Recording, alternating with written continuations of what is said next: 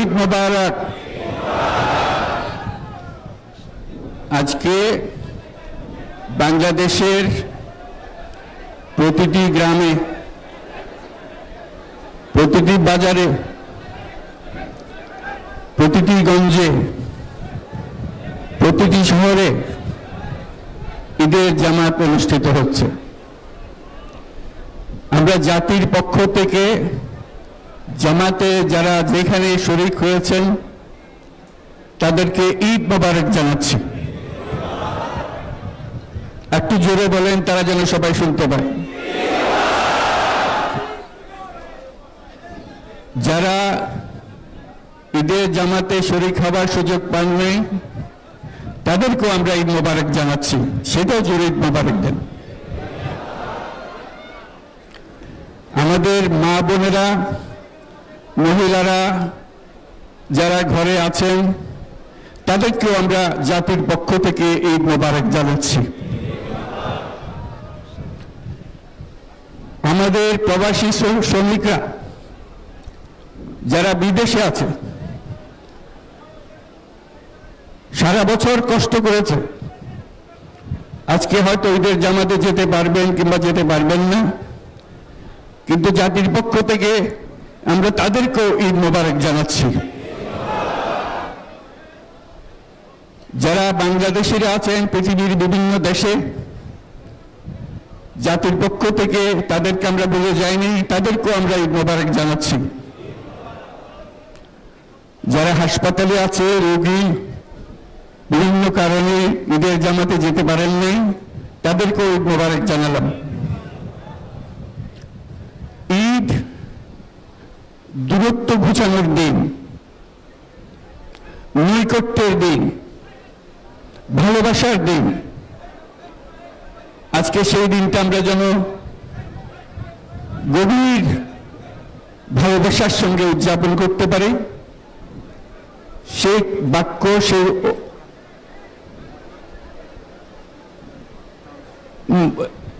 Message আমরা যেন সবার কাছে পৌঁছে দিতে পারি। আজকে একটা অটুট ঐক্য গড়ে তোলার দিন, এবং আমরা স্থায়ীভাবে এই ঐক্য গড়ে তুলতে চাই। ঈদের জামাতের এটাই আমাদের কামনা। আজকে মোনাজাত হবে, মোনাজাতে আমরা অবশ্যই যেন স্মরণ করি, আল্লাহর কাছে প্রার্থনা করি আমাদের এই নতুন বাংলাদেশ গড়ার যারা সুযোগ দিয়েছে, যে বীর সন্তানরা আত্মাহুতি দিয়েছে,